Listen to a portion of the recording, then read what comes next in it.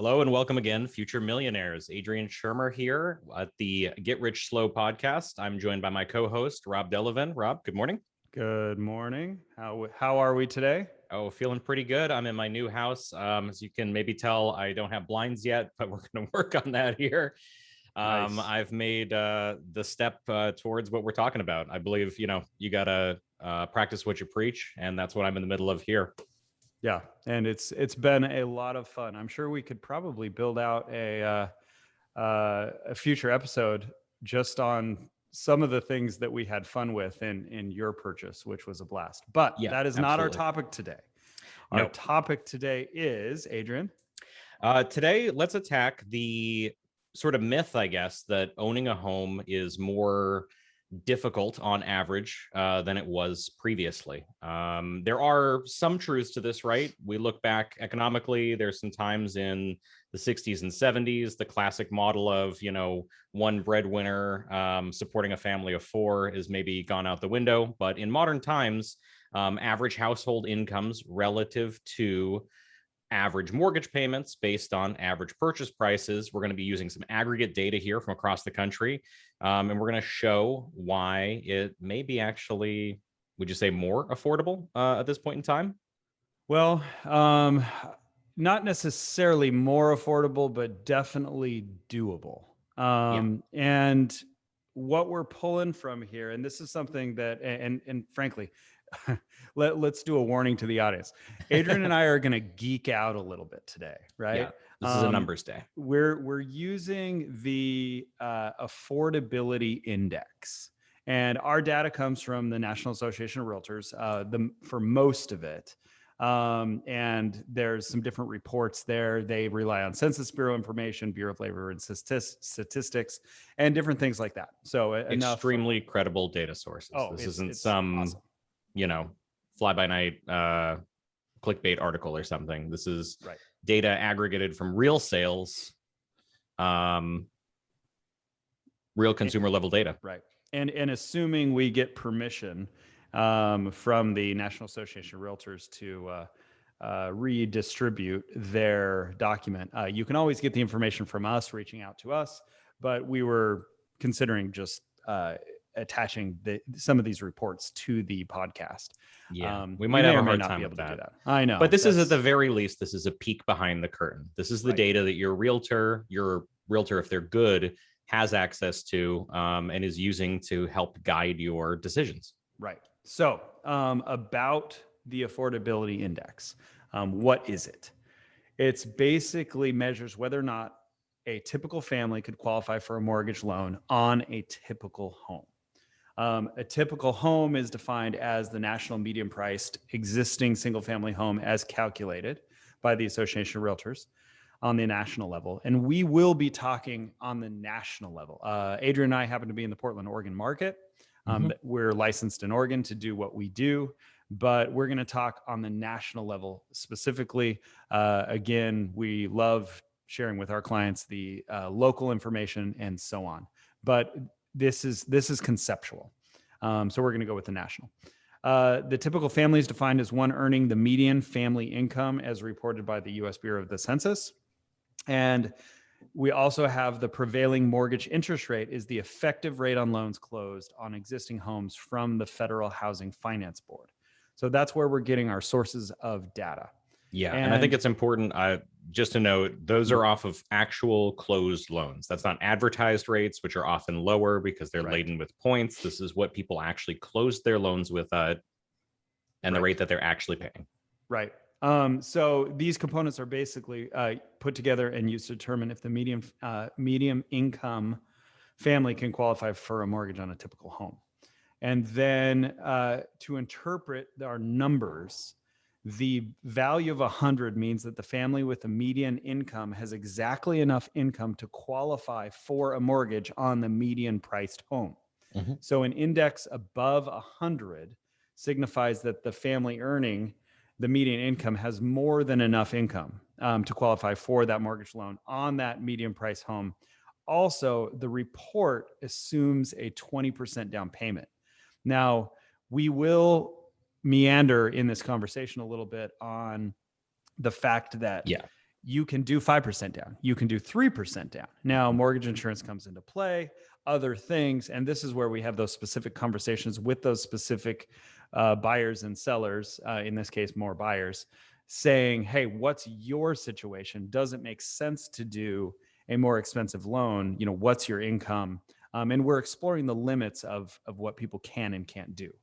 Yes. Yeah. So, and the only aside I think I want to make there is that yes, using even a conservative appreciation rate of below 4% within 5 years, even if you started with a 100% financing product, maybe it's a down payment assistance or a USDA loan, within 5 years, average appreciation has the home worth enough that you're going to have 20% equity in that home. So if you're listening to this and you're a first time buyer and you're thinking this doesn't apply to you, it will very rapidly. So pay attention to this data because it matters. Mortgage insurance is 99% of the time temporary. Even if you start with a product that doesn't have cancelable mortgage insurance, we'll talk about how you can refinance out of mortgage insurance. So it's a temporary handicap to your climb to millionaire status. And don't let it get you down. This is data that you should definitely look at because it's going to talk, it's going to work its way into what is the cash flow and profitability of owning one of these properties. Right. And then, so let's jump into some numbers here, and let's have fun with this. So Adrian, I know you know this answer, but let's ask the audience. January, and this is projected numbers, but January of 2021, what was the average or the median price existing single family home across the US? Across the US, I'm going to guess somewhere 300, just under. Yep, there you are. It was 308,300. Well, that's actually a little higher than I was thinking. And those may be revised slightly because we're only in March. Yeah. But and just to give you an idea, in December it was 313. November of 2020 it was 315. It actually peaked in October, interestingly enough, at 317.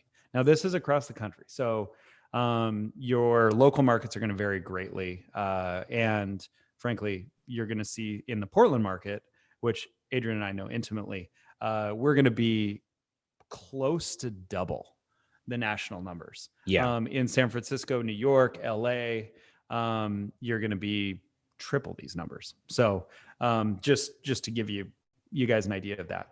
The metro is a little bit different of a beast. And I will just throw out there too, just in case anyone's thinking, oh, there's a dip there. Does that mean that the market has reached its cusp? Nope, that's the winter peak. So, we get our peak in the summer rather, and then we get the winter slope off, and then we see the kick back up in the spring. These numbers over time, you zoom out, there's going to be a larger slope and trend, but every time you zoom in, every single summer and winter has the same cycle of nobody wants to move in the winter comparatively. Most people don't. That bias is present in the values. Exactly. So affordability from the affordability index, going back to, it only goes back to 1989. So Adrian, what do you think was, and I know you've looked at some of this stuff, but what do you think was the 1989 average home price, single family? Oh man, is it under 100,000? It is so, right? Yep. It was 94,600. Wow. And the monthly mortgage rate, have a guess at that? It's going to be in the teens for sure. Is it above 15? No, it wasn't. This is 1989. Okay. 89. Yeah. Okay. In the early to mid 80s, it was, I think it was close to like 16, 18%, but yeah, I've heard that number thrown out a few times. It was 10.11%. And by 1989, we were definitely in a reducing interest rate environment. By 1990, it was 10.0, 91, 9.3, 92, 8.1. And it literally is in the sevens through 99. It bumped up to 8% again in 2000. And then it rapidly started to get into 7, 6, 5. In 2005, it was 5.91. And then in 06, it was 6.58.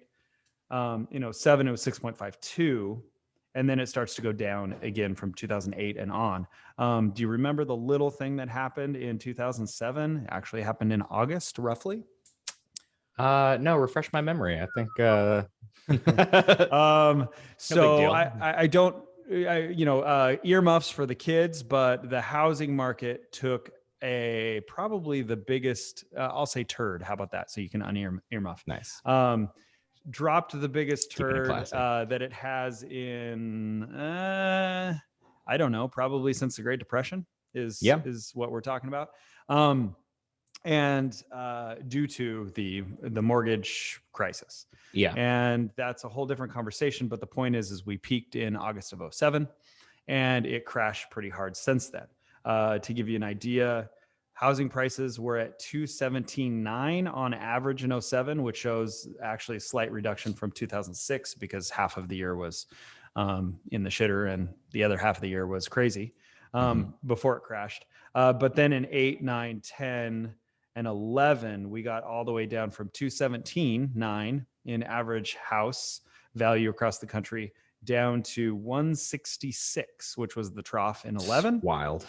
And then it's been gradually growing since 2011. So we're only 10 years in, and we're all the way back up over 300. The number was December, January, 313, 308, something like that.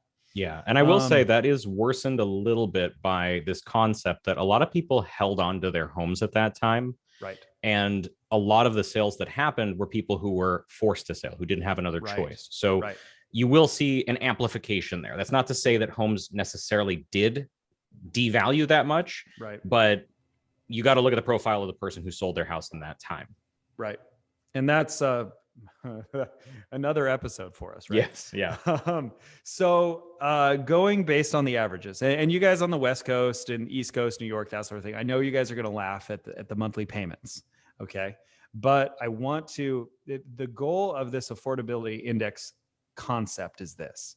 At the end of this, I want you guys to have in your head as an audience, understanding of the fact that interest rate is just as big, if not bigger, of a driver of what you can afford from a house as price, because it's a lever. So let's go back to the peak in 2007, and the average price was 217.9. Your interest rate was 6.52, and your principal and interest payment was 1104. Let's fast forward to 2012, where the average house was, or 2011, I'm sorry, the trough, 166,200. So it had dropped significantly. And interest rates were 4.67% rather than 6.5. And that payment was 687. So, I mean, who wouldn't want to do that, right? What a great time to buy if you could. Yeah.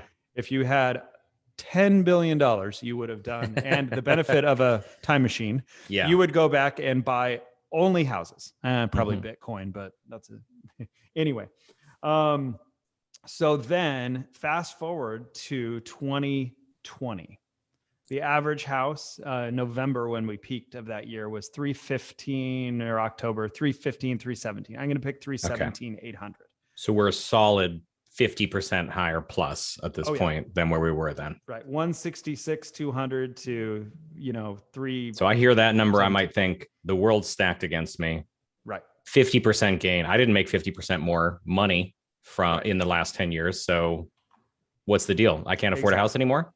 And the payment was 663, if you'll remember, or 663, 687. Yeah. We went from the 11s down to the 6s. Right. But the interest rate was 2.88% in October of 2020. So the monthly payment was $1,056. So yes, it's definitely quite a bit higher than it was in 2011, but we're never going to see those values, at least not unless there's another crazy crash, which we don't necessarily see happening, but markets lower, do go up and down. Lower than 2007. Exactly. That's the point. Even though appreciation happens and that money is worth less money. At the peak, it was 11. Even more amplified. Exactly. So the peak, it was 1104 was the monthly payment, principal and interest. And in 2020, it was October, here we go, 1056 at 2.88% interest versus 6.5. So almost double the price. And the payment was roughly the same, actually slightly less. So then we get over to the qualifying, the median family income. So the median family income, and this is a combined household, was in October of 2020, $84,672. And that's all income in a household. So that's typically dual earners. And unpack that for a second. Adrian, we talked about this a little bit off camera. Tell me about somebody who works in the fast food industry that's worked there for 24 months and is an achiever. What do they make? Yeah, I mean, literally right now down the street from me, they're hiring at McDonald's for $15 an hour.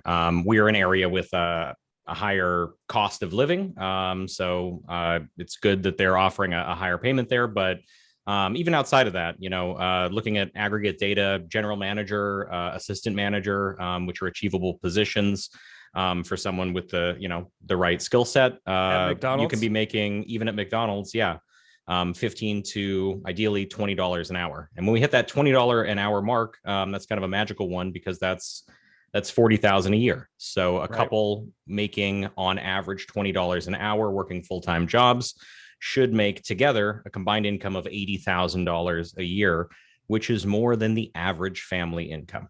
Right. There are people who work at McDonald's who make more than the average family income. Now, here's what's cool. Based on where rates were, dropping down into the twos in October of 2020, even though we were at 317,800 across the country for values, the affordability index, remember 100 being that the median household income could afford the median house, they could actually afford in October 1.67 houses. So, the affordability index was therefore 167.0. So what we're trying to make a point here, and followed up and based on this data, is what does this look like for an average family? Is this doable? And Rob, before you get accused of cherry picking, I just want to throw it out there. 167 is that baseline. So in 2011, yes, that number went up into even the 180s, but that's, again, that's a very unique position. That's just kind of like, there was almost a sale on houses at that time. Right. Back in 2007, before the crash, it's only at 115. Back in 2000, it's at 120. Back in 1991, it's at 110. So we are in relative to the times, we are in a good time to buy a house. Representative of as a portion of your income and of the maximum that you can qualify for, an average house with average income should be very, very achievable. So let's run across the line there. In 1989, the median price single family home, that was a easier time to live, right? The myth is, things were cheaper back in the 80s. Okay, well, it's 1989. That's as far back as we can go. Well, you could buy a house for less than $100,000, Rob. That's so cheap. Exactly. 94,600. The monthly mortgage rate was 10.1%. The payment was $670. And that's for principal and interest only, just to clarify. So you do got to pay taxes and insurance, but. And remember, you're putting 20% down to do this. But the family income average was $34,000. Yep. So to be able to afford that average house, the affordability index composite was 106.4. So the average family with the average income could only buy the average house across this country 1.06 times. They could just slip under that radar. And this was one of my favorite data pieces off that too, Rob, was the principal and interest at that time was 23.5% of that family income. Right. So they were spending, somewhere between a fifth and a quarter of their income on the principal and interest payment. Right. Versus fast forwarding to 2020, October, and that index, the percentage was 15% of 84,672, with the average home being 317. Once again, going back to, this is the key, this is what keeps coming up here. The driver here is the interest rate was 2.88%, which put us at the 1.66, 1.67 of affordability index. The average family making the average income could afford 1.67 homes versus 1.06. Yes. So, and it goes up and down, and we won't go through everything here. This is data that, technically if somebody else wants to geek out and check our numbers and all that sort of thing, awesome for our audience. But what we're trying to say is this starts to become a no-brainer for us right now. Now, absolutely. Is the opportunity going to change? Are rates going to go up? Of course. Our interest rates in conforming loans, conforming loans are a government subsidy through Fannie Mae, Freddie Mac, and all of that sort of thing. They're only doable by the government basically creating a market and a marketplace within the function of Fannie Mae and Freddie Mac to package up these investments and sell them off in a secondary market. We won't go through that. If you want to see a great movie, go watch The Big Short. It'll highly recommend. You'll have lots of fun. But this concept is for now. Mm-hmm. And what do our clients ask us all the time? Oh, is it a good time to buy? Oh, it's overheated market. Well, maybe it is, maybe it isn't. But if you can lock in a payment for 30 years and your rents are higher, which we don't have time to go into on this, but if the rents cover your overhead and then some, then it's a no-brainer. Yeah. So, and just because the needle's dialing back, we're seeing the 2 rates are maybe going to go away a little bit, or they're going to get expensive. But, that average rate paid, even over these last, we got 3 decades worth of data, the average rate doesn't even dip below 4%. Right.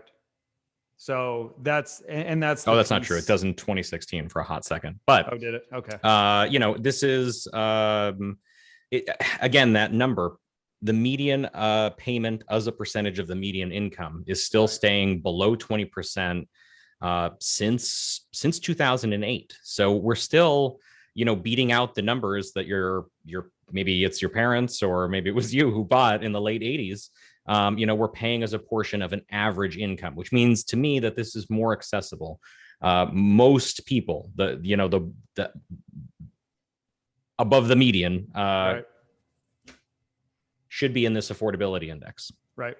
And outstanding factors withstanding. Right. So this is where, let's go to the West Coast, right? Mm-hmm. Obviously the average is well into the 4s, closer to 500,000 now.